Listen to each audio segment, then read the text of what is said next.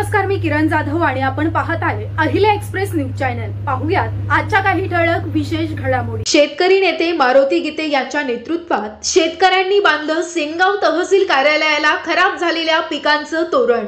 झालं एक महिना सेनगाव तालुक्यासहित संपूर्ण हिंगोली जिल्ह्यामध्ये अतिमुसळधार पाऊस पडत असून शेतकऱ्यांचं अतोनात नुकसान झालं। यामध्ये सोयाबीन, मूग, उडीद, कापूस, हळद या पिकाचं अतोनात नुकसान होऊन आज घडीला जिल्ह्यातील शेतकरी आर्थिक संकटात असल्यानं तात्काळ शेतकऱ्यांना फॅक्टरी 50,000 रुपये मदत देऊन सरसकट ओला दुष्काळ जाहीर करण्यासाठी व सोयाबीनला सन 2025 खरीपाचा 100% पीक विमा देण्यासाठी शेतकऱ्यांच्या वतीनं सेनगाव तहसील कार्यालयाला तोरण बांधून शासनाचा निषेध नोंदवण्यात आला। यावेळी शेतकरी नेते मारुती गीते, सरपंच तथा सामाजिक कार्यकर्ते वसंतराव अवचार, सामाजिक कार्यकर्ते पांडुरंग हरण, शुभम देशमुख, सेनगाव उपतालुका प्रमुख शिवसेना सुनील चोरमारे, विलासराव सराटे, केशव अवचार व मोठ्या संख्येनं शेतकरी बांधव उपस्थित होते।